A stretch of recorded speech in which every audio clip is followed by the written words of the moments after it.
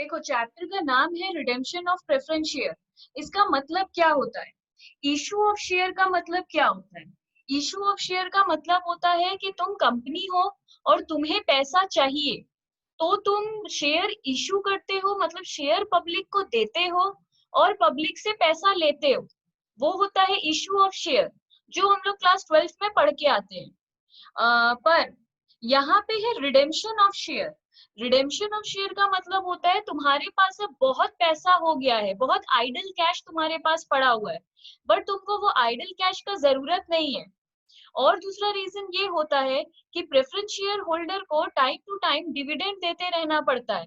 तो अगर तुम्हें पैसे की जरूरत नहीं है, तो बिना मतलब प्रेफरेंस शेयर अगर मार्केट में अपना देकर रखोगे, तो तुम्हें डिविडेंड भी देते रहना होगा। तो तुम ये सब सेव करने के लिए रिडीम कर देते हो, मतलब अपने ही शेयर को खुद खरीद लेते हो पब्लिक से। अब इसको कैसे करोगे? पब्लिक से शेयर ले लोगे और पैसा उन्हें दे दोगे। इसको कहते हैं शेयर रिडीम करना। ठीक है। जो हम लोग पैसा रिडीम करते हैं, ये डेफिनेटली इतना सिंपल नहीं है कि शेयर ले लिए और पैसा दे दिए। ये इतना इजी नहीं है, इसके लिए बहुत सारा प्रोसीड्योर है। ये पूरा प्रोसीड्योर कंपनी किसमें लिख कर रखती है? आर्टिकल्स ऑफ एसोसिएशन में। इतना छोटा छोटा बात याद रखना क्यों जरूरी है? क्योंकि अपना एग्जाम में एमसीक्यू भी आएगा, ट्रू फॉल्स भी आएगा और मैच द फॉलोइंग भी आएगा।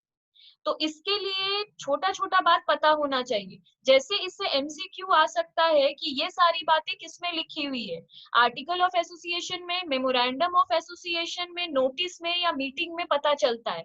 तो वहां पे हमें पता होना चाहिए ये सारी बातें आर्टिकल ऑफ एसोसिएशन में लिखा हुआ होता है। दूसरा पॉइंट है, partly paid up share can not be redeemed. इसका क्या मतलब है? देखो, एक शेयर अगर 100 रुपीज का होता है और हम लोग को एक आदमी है जिसके पास 50 शेयर है, वो उस शेयर के ऊपर मेरे को 100 रुपीज दिया ही नहीं है, वो मेरे को सिर्फ 80 रुपीज दिया है। तो उसका शेयर पार्टली पेड अप है, उसने मुझे फुल्ली पेड अप नहीं किया है, तो उसका शेयर हम लोग रिडीम नहीं करेंगे। रिडीम करने के लिए शेयर पार्टली पेड अप को हम लोग छोड़ देते हैं, उतना शेयर को रिडीम नहीं किया जाता है। थर्ड पॉइंट में है, if a shareholder does not pay his arrear, then his shares may be forfeited and reissued. अगर तुमने मेरा कॉल्स इन एरियर करके रखा है, मतलब मैंने तुमसे पैसा मांगा था, तुमने दिया नहीं है, तो उस पे तुमने ड्यू रखा है, उसको अरियर कहते हैं, कॉल्स इन एरियर। तो वो शेयर हो सकता है कि हम तुमसे फॉरफिट कर ले, मतलब तुमसे जाकर बैक अपना शेयर फोर्सफुली ले आए और उसको किसी और को इशू कर दे। फिर शेयर कैन बी रिडीम्ड। ये थ्योरी है, याद रखो। शेयर किससे रिडीम होता है? हो सकता है हम लोग प्रॉफिट का पैसा यूज करें, हो सकता है हम लोग कैपिटल का प्रॉफिट यूज करें, हो सकता है हम लोग प्रॉफिट और कैपिटल मिलाकर पैसा यूज करें। फिफ्थ पॉइंट है, जब भी हम लोग रिडेम्पशन करते हैं, एक कैपिटल रिडेम्पशन रिजर्व बनाना पड़ता है, इट्स कंपल्सरी।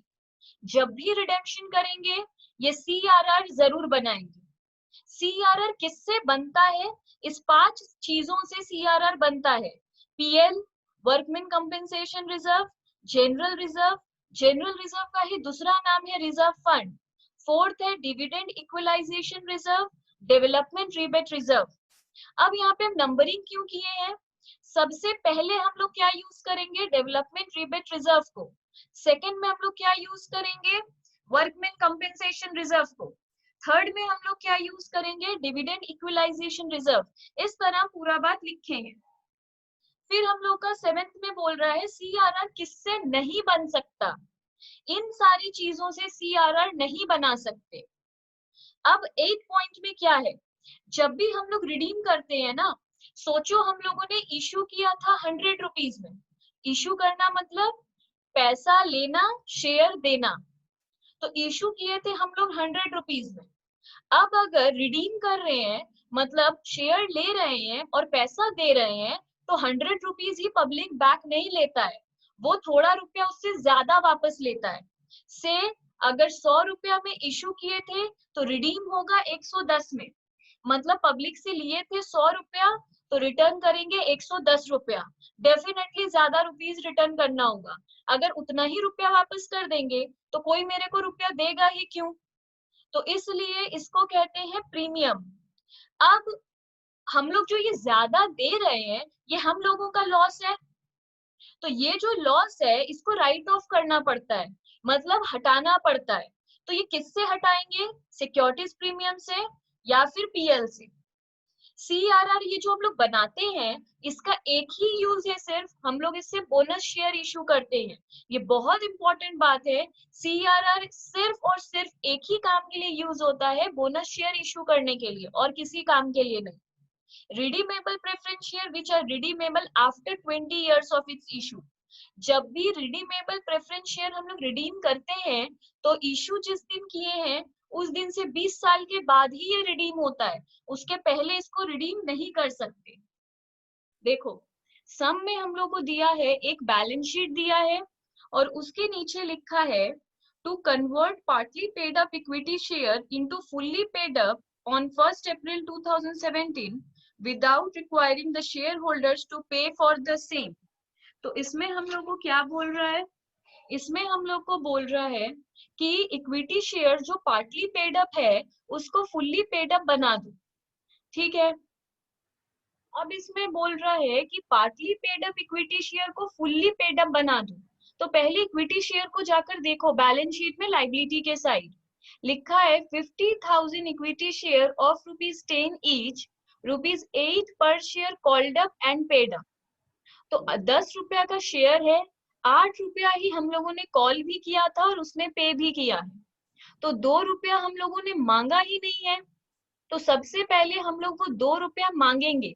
बोल रहा है नीचे कि पार्टली पेड अप शेयर को फुल्ली पेड अप शेयर बना दो, मतलब जो जितना पैसा नहीं मांगे हैं उतना मांग लो। ये बात 1 अप्रैल 2017 का है। तो हम लोग लिखेंगे इन द, ये इलस्ट्रेशन, ये हम लोग का 4A है, तो इसमें लिखेंगे in the books of, company का नाम दिया है COWIJ लिमिटेड, बीच में लिखेंगे जर्नल, ब्रैकेट में लिखेंगे एंट्रीज, यहाँ डेट होता है, फिर पर्टिकुलर्स होता है, ये हम एक ही सम में लिख रहे हैं, फिर LF, फिर अमाउंट, इधर डेबिट और इधर क्रेडिट। ये हम लोग का फुल फॉर्मेट है। ठीक है, इसके बाद यहाँ पे 1417 बोल रहा है इस डेट पे हम लोग को वो इक्विटी शेयर का कॉल करना है। फाइनल कॉल करने का जर्नल एंट्री होता है equity share final call account debit to equity share capital. अब हम लोग को रुपया मांगना है, कितना मांगेंगे? 50,000 इंटू 2, 50,000 शेयर का 2 रुपया बाकी था वो मांग लेंगे। यहाँ पे नरेशन लिखना पड़ेगा, being final call money call.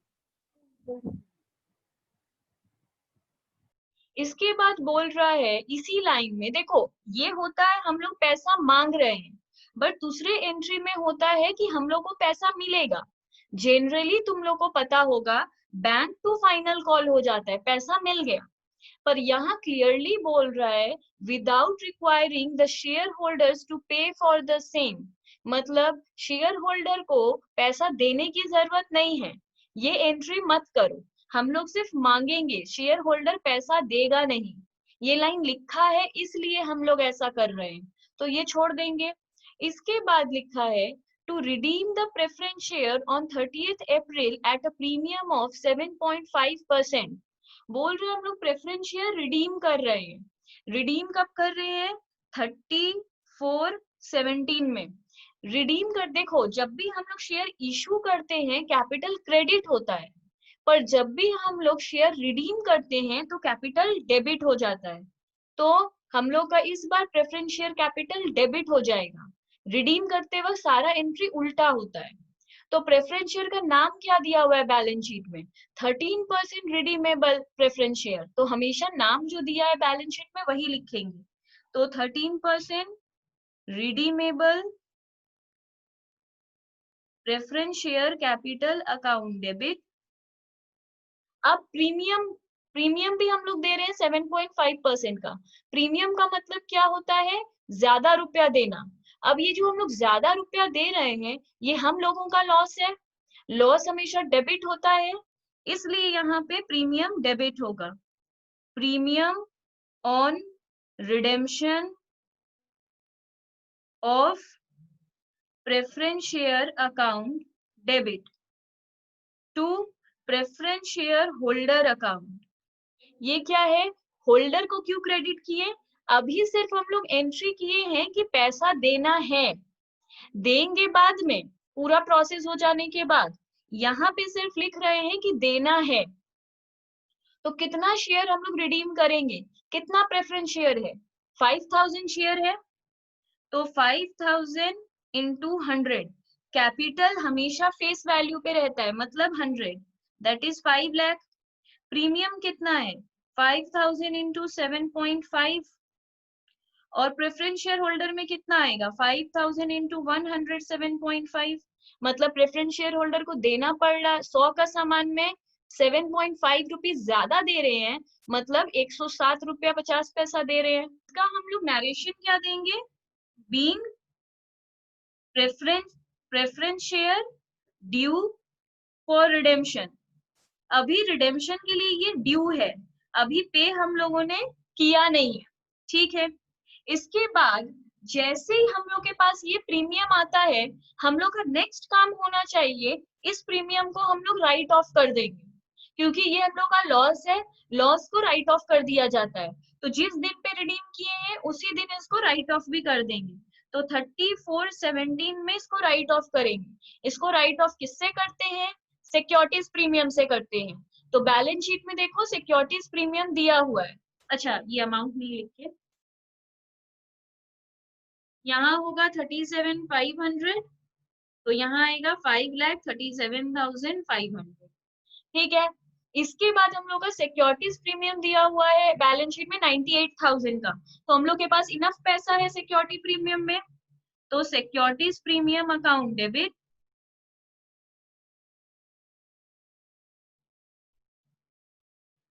और राइट ऑफ करने का मतलब जो डेबिट है उसको क्रेडिट कर दो, वो कैंसिल हो जाएगा।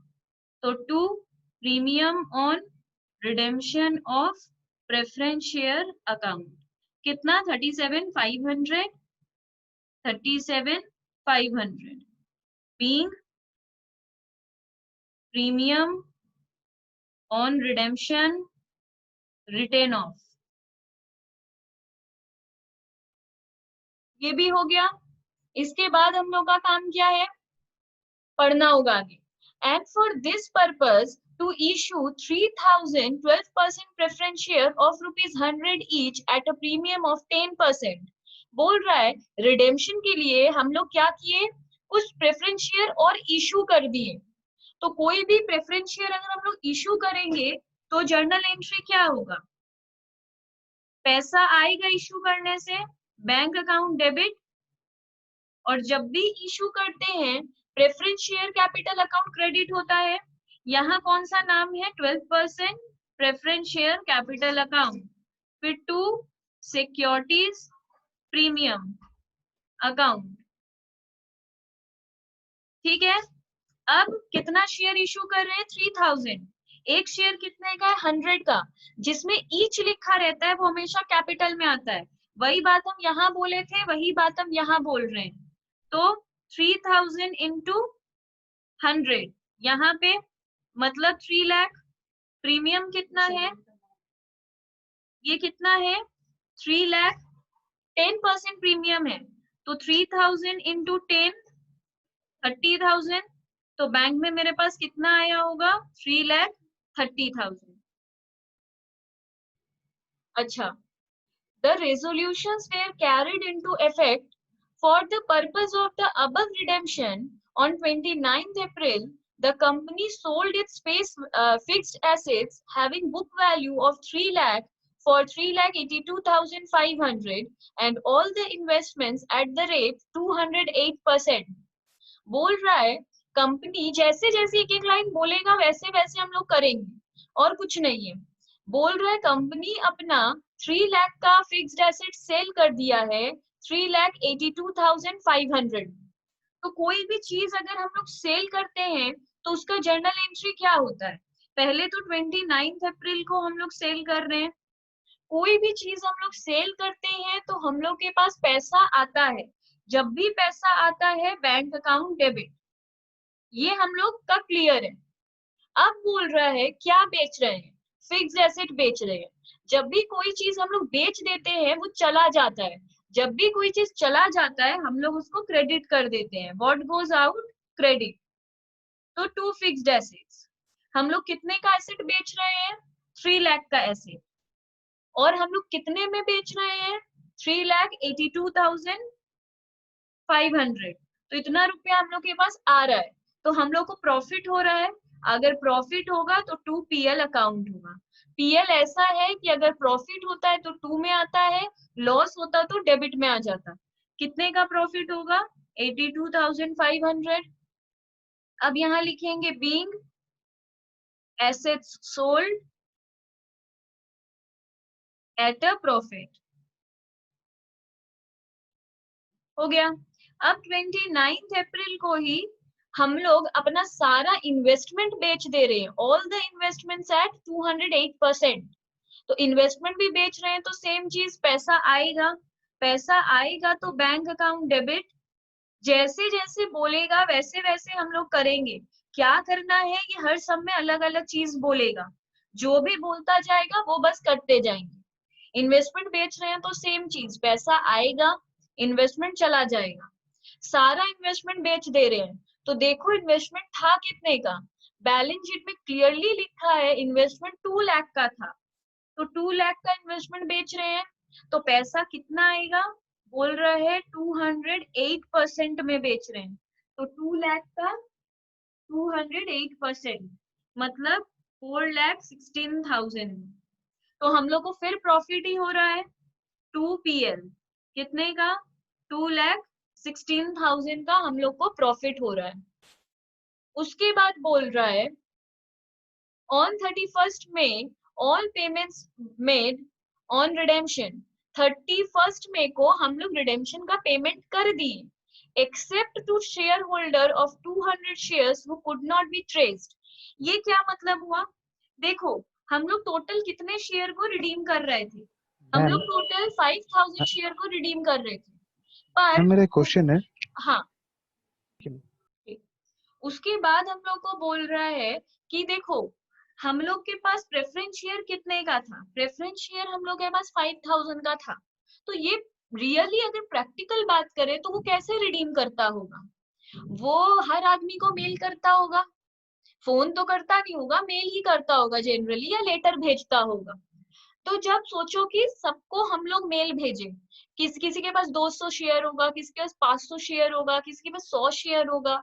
हम लोग सबको मेल कर रहे हैं कि हम लोग रिडीम कर रहे हैं, इतने रुपए में कर रहे हैं, आओ और अपना शेयर बेच दो। तो पब्लिक हमारे पास आता होगा, शेयर देता होगा और पैसा लेकर चला जाता होगा। यही होता होगा।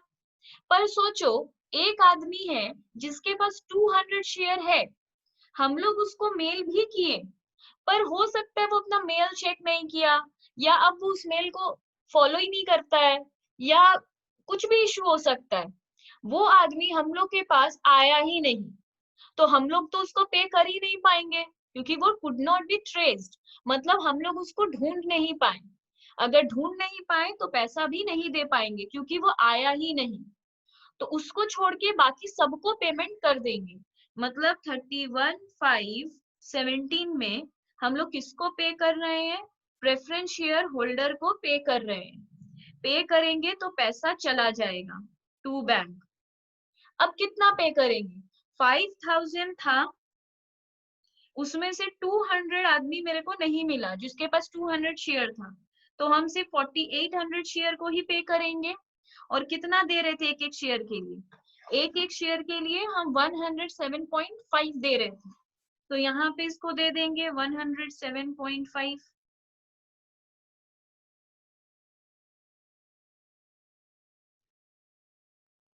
मतलब 5,16,000 5,16,000 being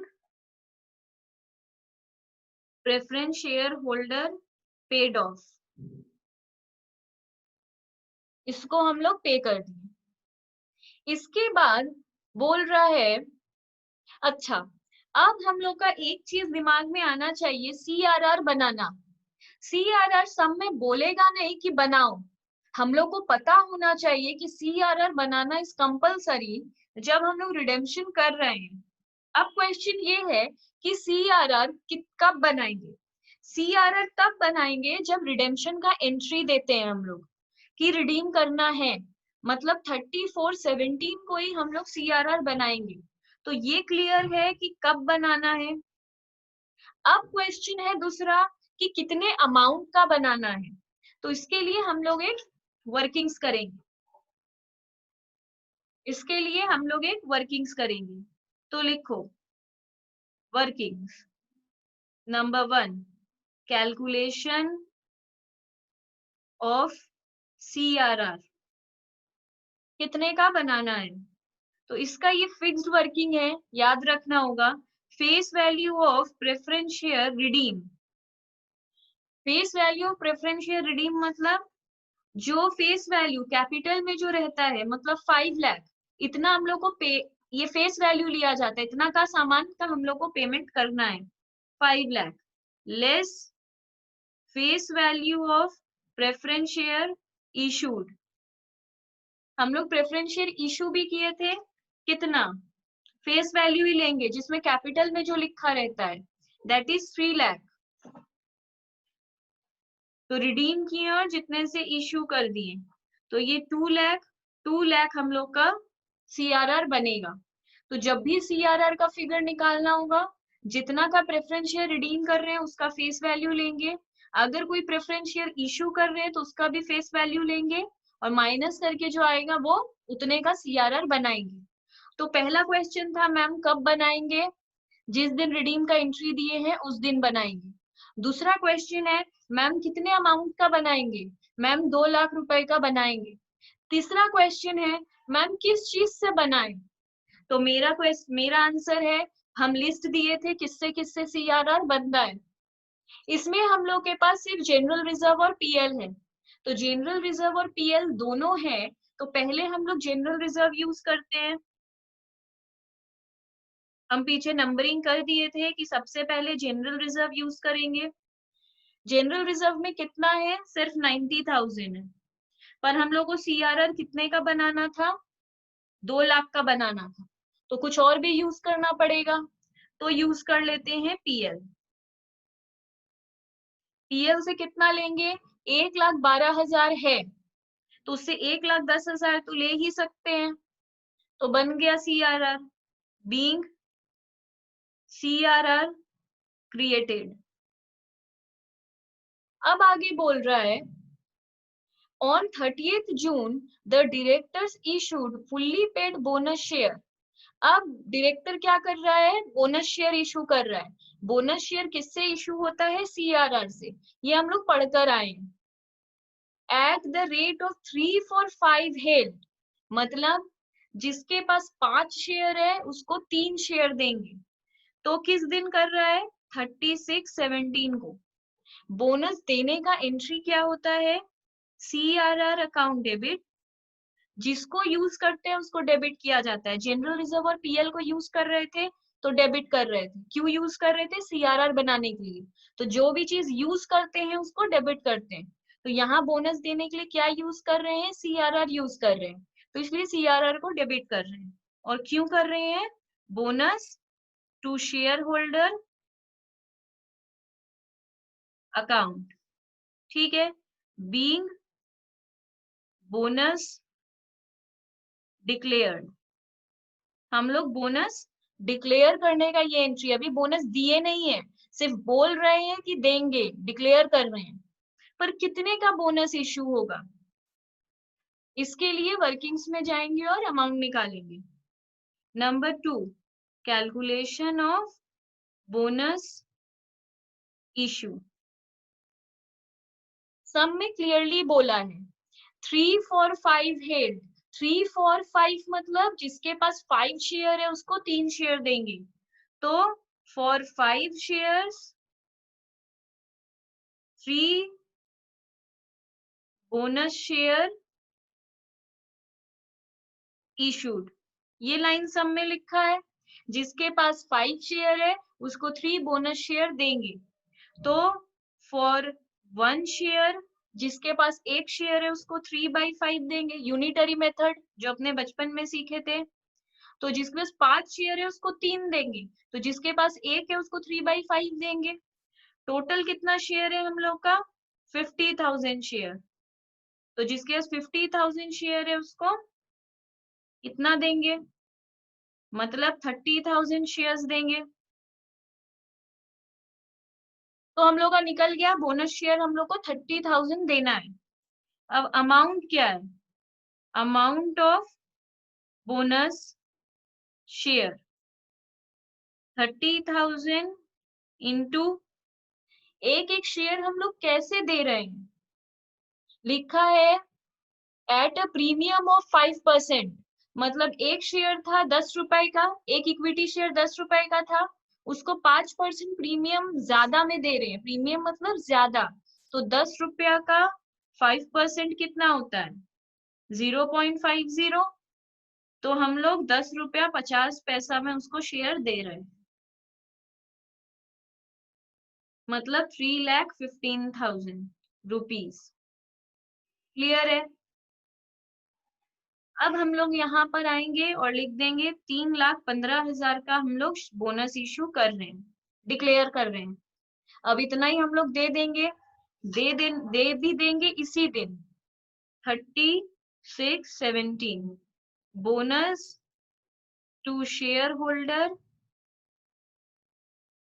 account debit to equity share capital. जब भी हम लोग किसी को इक्विटी शेयर देते हैं कैपिटल क्रेडिट करते हैं, 3,15,000 3,15,000। बट एक प्रॉब्लम है, पहले लिख लो, बीइंग बोनस शेयर इशूड। अब एक प्रॉब्लम है, प्रॉब्लम क्या है? हमारा CRR में सिर्फ 2 लाख रुपया था, तो हम लोग कैसे 3,15,000 यूज किए? हम लोग तो सिर्फ 2 लाख ही यूज कर पाएंगे, तो बाकी रुपया हम लोग कहाँ से लाएंगे? अब देखो, हम लोग को थोड़ा सा हिसाब करना होगा कि हम लोग के पास PL में है कितना। ये ऐसे कैलकुलेटर में भी कर सकते हैं, पर हम लिख के समझा दे रहे हैं। PL में हमारे पास एकदम स्टार्टिंग में कितना था? 1,12,000, जो बैलेंस शीट में हम लोग को दिख रहा है। और PL देखो, हम लोग फिक्स्ड एसेट बेचे थे, तो हम लोग के पास और PL आया था 82,500 का, तो हम लोग का PL का बॉक्स तो बढ़ गया ना, 82,500 हो गया। फिर हम लोग इन्वेस्टमेंट भी बेचे थे, उससे भी 2,16,000 आया था, तो PL और बढ़ गया, 2,16,000 हो गया। तो हम लोग के पास टोटल पैसा कितना था PL में?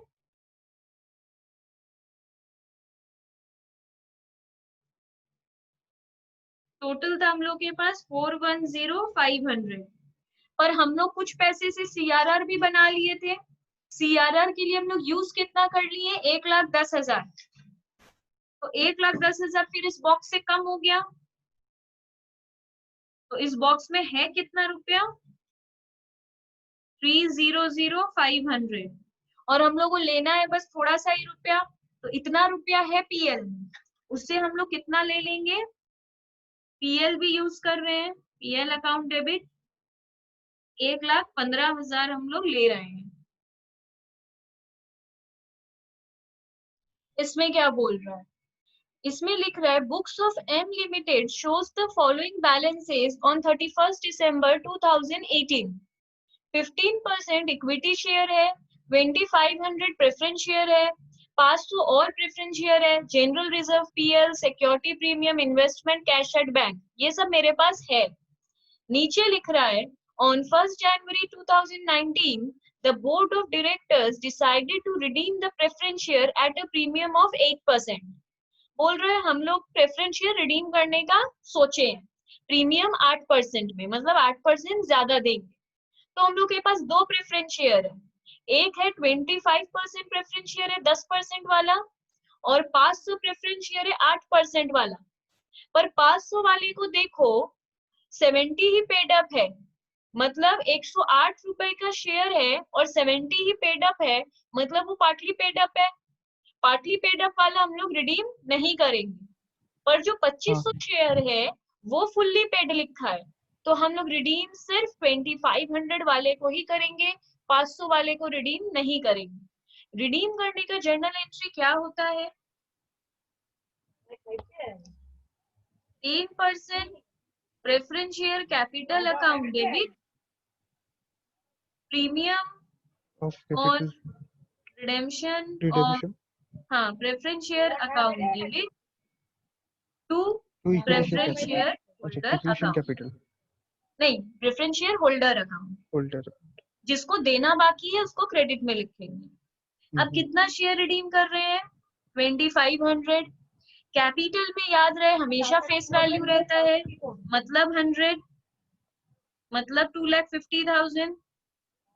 प्रीमियम कितना है? 8 रुपया, तो 2500 इंटू 8, मतलब 20,000, तो 2500 इंटू 108, मतलब 2,70,000। ठीक है। हाँ, इसके बाद हम लोग का सेकंड काम क्या होता है? हम लोग इस प्रीमियम को राइट ऑफ कर देते हैं। किससे राइट ऑफ करते हैं? सिक्योरिटी प्रीमियम से। सिक्योरिटी प्रीमियम से, क्योंकि उससे पेमेंट होता है। हाँ, तो securities premium account debit to premium of redemption of preference share.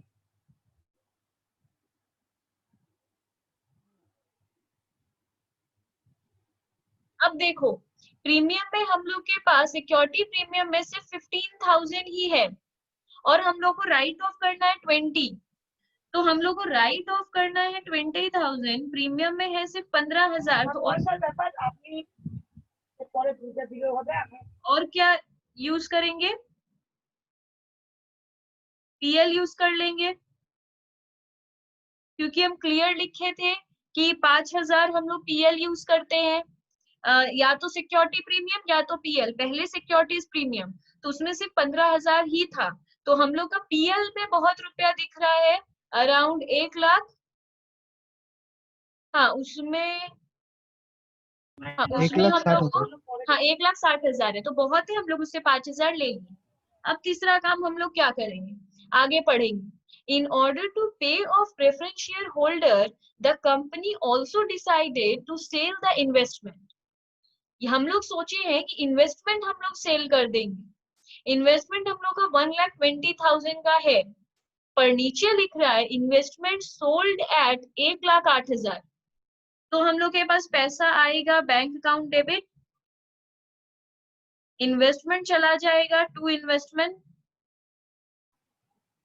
Investment कितने का है हम लोग के पास? है 1,20,000 टू, हाँ, उससे पहले और आएगा कितना पैसा? 1,08,000। तो हम लोगों को लॉस हो गया है, तो पीएल अकाउंट इन्वेस्टमेंट डेबिट होगा। कितना? 12,000। 12,000 हो गया ये एंट्री भी। इसके बाद बोल रहा है use companies fund and to raise the balance by issue of sufficient number of equity share of ₹10 each at a premium of ₹1 per share. अब इसमें क्या एक न्यू बात है, इसमें बोल रहा है कि हम लोग को इक्विटी शेयर इशू करना है। लास्ट समय में बोला था प्रेफरेंस शेयर इशू करूं, इसमें बोल रहा है इक्विटी शेयर इशू करूं। बट प्रॉब्लम कहाँ है, इसमें ये नहीं बता रहा है कि कितना शेयर इशू करना है। बोल रहा है 10 रुपया का इक्विटी शेयर है, 1 रुपया प्रीमियम में इशू करेंगे, बट कितना शेयर इशू करना है वो नंबर नहीं दिया, तो वो हम लोग का एक पेंडिंग काम रह गया, निकालना पड़ेगा। बट जर्नल तो पास कर सकते हैं, तो जर्नल पास कर लेंगे। बैंक अकाउंट डेबिट इशू करेंगे तो पैसा तो आएगा ही। टू इक्विटी शेयर कैपिटल, जब भी इशू करते हैं कैपिटल तो क्रेडिट होता ही है। और टू सिक्योरिटीज प्रीमियम अकाउंट, ये जर्नल तो होना ही है। अभी हम लोग अमाउंट नहीं बैठा पाएंगे क्योंकि हमारे पास नंबर ऑफ शेयर्स नहीं है, तो अभी ये नहीं कर पाएंगे। तो नंबर 5 में आ जाते हैं। नंबर 5 में बोल रहा है leaving a minimum bank balance 9,000 after such होगा, वो सर्च लिखा है वो सच होगा, after such redemption.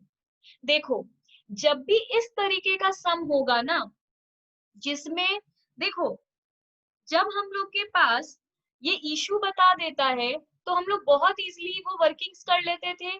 Face value of preference share redeem less face value of share issued, तो सीआरआर आ जा रहा था। बट इसमें प्रॉब्लम क्या है, हम लोग के पास इशू का फिगर भी नहीं है क्योंकि नंबर नहीं है। तो क्या करेंगे तब? ऐसे केस में, सिर्फ ऐसे केस में हम लोग पहले सीआरआर बना लेंगे। अब सीआरआर कैसे बनाएंगे? जितने चीज से सीआरआर बनता है सब यूज कर लो। जैसे जनरल रिजर्व से बनता है, तो general reserve account debit, general reserve कितना है हम लोग के पास? 75,000। 75,000। और किस चीज से बनता है? पीएल से। पीएल कितना है हम लोग के पास? 1,60,000। 1,60,000 था, हाँ पर वो सॉरी, इससे हम लोग का लॉस हो गया था 12,000, 12,000। तो 12,000 तो खर्च हो गया। और तो और कितना हाँ, बचा? मैं 5,000 और गया ना। और 5,000, हाँ, और 5,000 चला गया।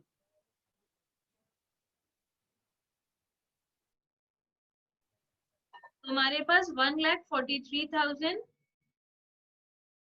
बचा। तो 2 CRR,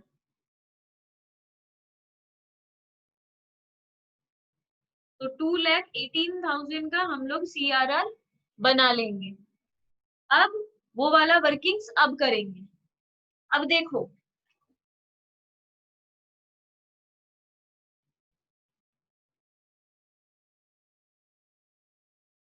face value of preference share redeem, face value है इसका 2,50,000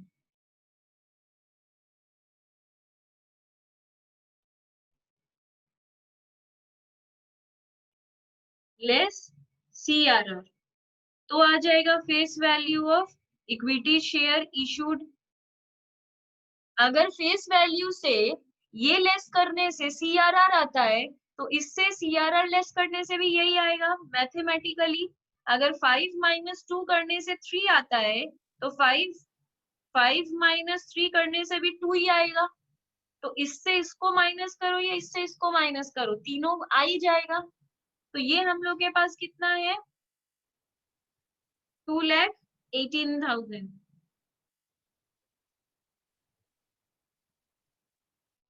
मैम एक बात पूछूं? हाँ, बोल रहा हूँ कि अगर हम लोग को इक्विटी शेयर इशू करना है 32,000 का, तो नंबर ऑफ इक्विटी शेयर अपने निकाल लेंगे। अब कितना दे रहे हैं? 32,000।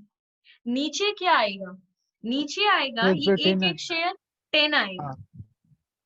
मतलब 3,200 शेयर्स। हम्म। तो हम लोग टोटल इशू कर रहे हैं 3,200 शेयर्स। तो कैपिटल में तो 3,200 इंटू 10 मतलब 32,000। मैम यहाँ उसका पे प्रीमियम भी 32, देना है। हाँ हाँ, प्रीमियम। 3,200 इंटू 1 मतलब 3,200। बैंक में पैसा आ जाएगा हम लोग के पास हम्म। 35,200। इसमें एक बात हम और बता रहे हैं, यहाँ पे हम लोग को कितने डायरेक्शन से सोचना है। देखो, इसमें हम लोग जो CRR ऐसे निकाले हैं, इसमें और एक बात बोला है कि हम लोग के पास इतना पैसा होना चाहिए पे करने के बाद कि हमारे बैंक अकाउंट में 9,000 रुपीज रह जाए। वो 9,000 नहीं होगा, वो 9,600 होगा, प्रिंट मिस्टेक है। अब बोल रहा है कि हम लोग को जितना पे करना है हम लोग कर सकते हैं, पर हमारे बैंक अकाउंट में मिनिमम 9,600 रुपीज बचना चाहिए। तो इसका हम लोग को एक हिसाब कर लेना होगा कि हमारे अकाउंट में 9,600 बच रहा है या नहीं। पूरा पे करने के बाद 9,600 बचना चाहिए। तो इसके लिए हम लोग वर्किंग्स करेंगे। Number 2, calculation of amount required, हम लोग को कितने पैसे का जरूरत है। तो आराम से देखो, टू पे preference share holder, preference share holder को पे करने के लिए हम लोग को 2,70,000 रुपीज चाहिए,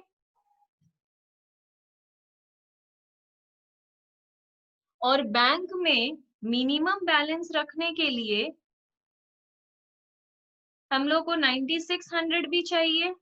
टोटल हम लोग को 2,79,600 हम लोग को पैसा चाहिए। इतना बैंक में रुपया हम लोग के होना चाहिए कि 2,70,000 देने के बाद 9,600 हम लोग के पास बच जाए। अब हम लोग को देखना है कि हम लोग के पास कितना है अवेलेबल कैश, हम लोग को देखना है कितना पैसा हम लोग के पास है। तो आराम से देखो, हम लोग के पास कैश एट बैंक पहले से था, कैश एट बैंक था हम लोग के पास 39,600। फिर हम लोग कुछ फिक्स्ड एसेट सेल कर दिए थे, नहीं इन्वेस्टमेंट सेल कर दिए थे, इन्वेस्टमेंट सोल्ड, कितने में सेल किए थे, 1,08,000 में। ठीक है, इतने में हम लोग सेल कर दिए। तो कितना रुपया हम लोगों के पास आ गया,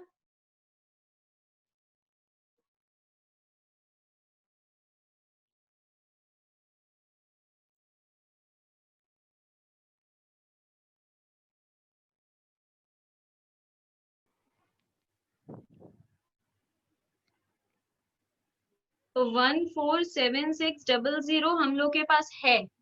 तो हम लोग को पैसा चाहिए कितना है, 2,79,000, 2,79,600 हम लोग को इतना रुपया चाहिए, और हम लोग के पास है इतना रुपया। तो वैसे नहीं पढ़ दी दीदी। अमाउंट रिक्वायर्ड, हम लोग को कितना रुपया फिर चाहिए, 1,32,000। हाँ 1,32,000 रुपीज हम लोग को और चाहिए। ठीक है, तो ये हम लोग क्या करेंगे, एक्चुअली इतने रुपए का हम लोग को शेयर इशू करना पड़ेगा। हम लोग जो इतने रुपए का शेयर इशू किए हैं ये नहीं चलेगा, अगर इतना रुपया ही लाएंगे तो हम लोग के पास रुपया शॉर्ट हो जाएगा। तो हम लोग कैसे निकालेंगे, इतना रुपया हम लोग को चाहिए, ये क्लियर है। अब ये रुपया कैसे लाएंगे, number of equity share issue करके। तो 1,32,000 रुपीज चाहिए, एक एक शेयर हम लोग 11 रुपया में इशू कर रहे हैं,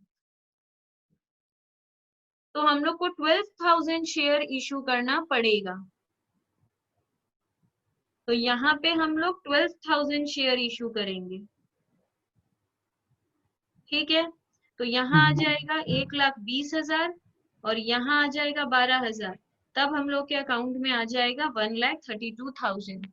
तो ये ऐसे, अगर मिनिमम कैश बैलेंस वाला बात नहीं देता तो हम लोग जैसे किए थे वैसे ही करते, पर मिनिमम कैश बैलेंस वाला बात लिख दिया था तो जाके वो वर्किंग्स करना पड़ा कि इतना रुपया हम लोग को चाहिए, इतना रुपया हम लोग को चाहिए, इतना रुपया हम लोग के पास है, तो इतना रुपया और लाना होगा।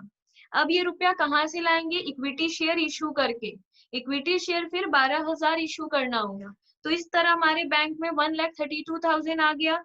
अब हम लोग को CRR निकाल लेंगे क्योंकि इशू पहले आ गया है। तो अब आराम से कैलकुलेशन ऑफ CRR कर लो।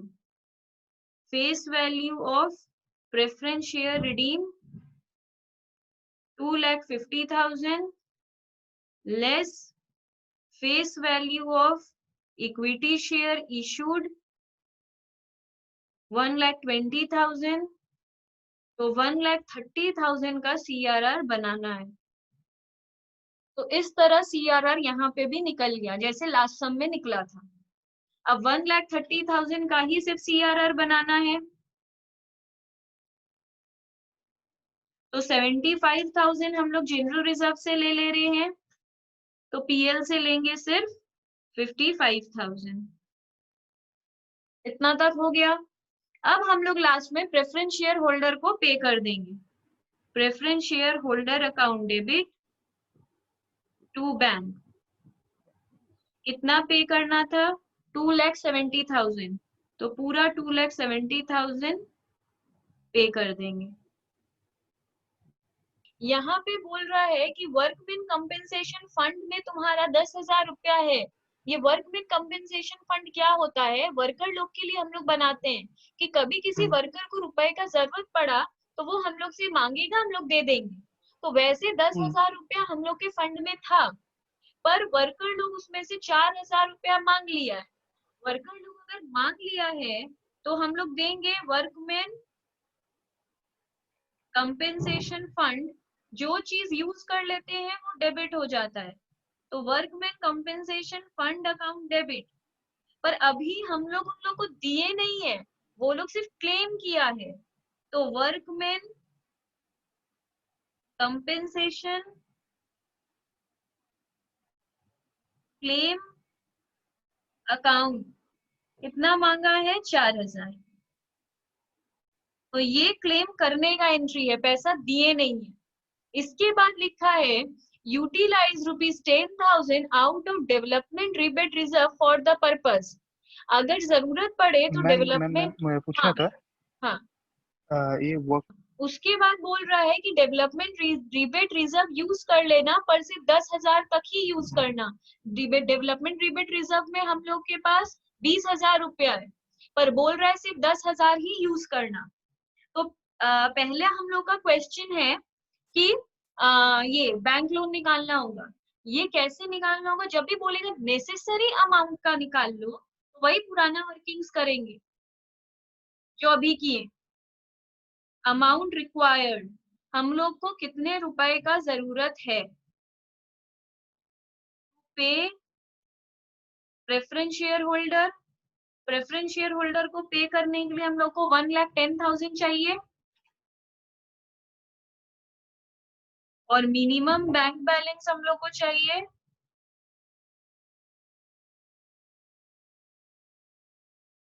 15,000। तो टोटल हम लोग को 1,25,000 चाहिए।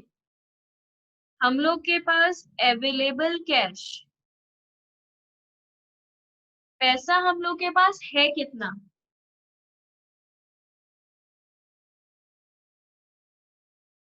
बैंक में हम लोग के पास है 10,000। ये एसेट में लिखा हुआ है, करंट एसेट में ब्रैकेट में इंक्लूडिंग बैंक बैलेंस 10,000। तो बैंक बैलेंस है हम लोग के पास 10,000, और हम लोग इक्विटी शेयर इशू किए थे अभी, उससे हम लोग के पास आ गया 40,000। डिबेंचर इशू किए थे हम लोग, उससे आ गया हमारे पास 50,000। तो कितना रुपया हम लोग के पास है? हम लोग के पास 1,00,000 रुपया है। तो अमाउंट रिक्वायर्ड कितना है? और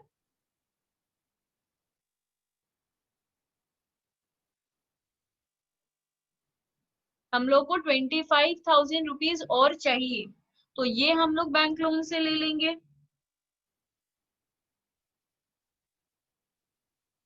अब बोल रहा है CRR बनाने,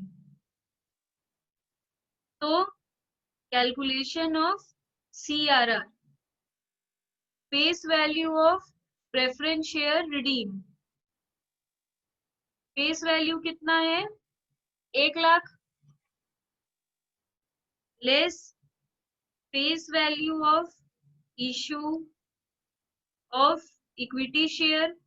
40,000 का हम लोग इक्विटी शेयर इशू किए, तो 60,000 का CRR बनाना है।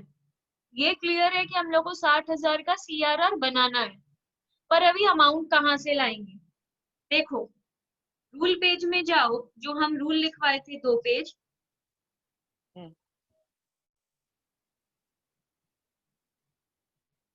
उसमें हम क्लियर लिखे थे। देखो, एक तो यहाँ लिखे किससे नहीं बनेगा, डेवलपमेंट रिबेट रिजर्व से नहीं बनता है। पर अगर सम बोल रहा है कि बनाना पड़ेगा, यूटिलाइज करो, तब बनाना पड़ेगा। अगर सम में ऐसा कुछ नहीं लिखता तब डेवलपमेंट रिबेट रिजर्व यूज मत करना, क्योंकि हम ये क्लियर लिखाए हैं शैल नॉट बी क्रिएटेड।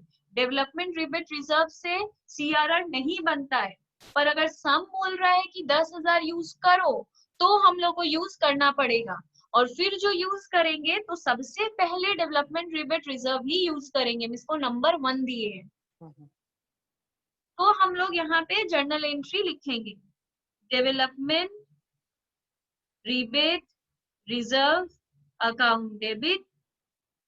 कितना यूज कर सकते हैं? सिर्फ 10,000, पर हम लोग को बनाना कितना है? 60,000 का। तो दूसरे नंबर पे क्या बोल रहा है? ले सकते हैं वर्कमैन कंपेंसेशन रिजर्व। तो फिर workman compensation reserve account debit कितना बचा है हम लोग के पास? सिर्फ 6,000। अभी भी हम लोग को 60,000 का बनाना है या 16,000 हुआ है तो और लेंगे। तीसरे में लिखा है डिविडेंड इक्वलाइजेशन रिजर्व। तो सम में देखो हम लोग के पास है इसमें dividend equalisation reserve 12,000। Dividend equalisation reserve 12,000। हाँ 12,000। अभी भी ये 60,000 नहीं हुआ है, तो फोर्थ नंबर में बोल रहा है यूज कर लो जनरल रिजर्व। तो जनरल रिजर्व हम लोग के पास कितना है? जनरल रिजर्व आपका जनरल रिजर्व इसमें है ही नहीं, है ही नहीं। तो फिफ्थ क्या बोल रहा है? पीएल। तो पीएल हम लोग यूज कर लेंगे 38,000 का, नहीं, पूरा यूज नहीं करेंगे, हम लोग को मतलब उसमें सीआरआर से बना। उसमें हाँ, हम लोग को सीआरआर बनाना है। 60,000 का शॉर्ट कितना पड़ रहा है? 60,000 में 10,000 इससे बना लिए, 6,000 इससे बना लिए, 12,000 इससे बना लिए, तो इससे लेंगे सिर्फ 32,000। तो इस तरह हम लोग सीआरआर अकाउंट भी बना लिए। अब लास्ट काम होता है पे कर देना। तो preference share holder account debit to bank. पैसा हमारे पास है ही बैंक में, हम हिसाब कर चुके हैं, तो कितना देना है? अच्छा, इसमें लास्ट लाइन में देखो लिखा है necessary journal entries assuming that holders of 100 preference share could not be traced. इसमें भी 100 शेयर होल्डर हम लोग से ट्रेस नहीं हुआ, तो हम लोग को देना था टोटल 1,000 शेयर होल्डर को। तो 1,000 में से 100 नहीं मिला, तो 900 इंटू 110 दे देंगे, क्या मैम? मतलब तो 99,000। उतना अपना प्रॉफिट होगा, वो हमारे सीआरएस में चला नहीं जाएगा ना? नहीं, बाकी सीआरआर तो पूरे का वो सीआरआर का फिगर तो अलग टाइप से निकलता है। ये जो 100 शेयर होल्डर को नहीं दे सके, ये कंपनी अपने पास अलग से रख देती है लाइबिलिटी में लिखकर। सोचो तुम अभी हम मेल किए, तुम रुपया लेने नहीं आए, तो हम अभी तुमको पे नहीं कर पाए, पर ये तो हो ही सकता है तुम 6 महीना बाद या 1 साल के बाद आ जाओ, या तुम्हारे फैमिली से कोई आ जाए और बोले कि हम लोग का तो बनता है रुपया, तब तो हमको तुमको देना पड़ेगा। तो बाकी रुपया जो कंपनी नहीं दे पाया 11,000, वो उसको अपना लाइबिलिटी साइड में लिख कर रख लेता है कि देना पड़ेगा जिस दिन तुम आ जाओगे।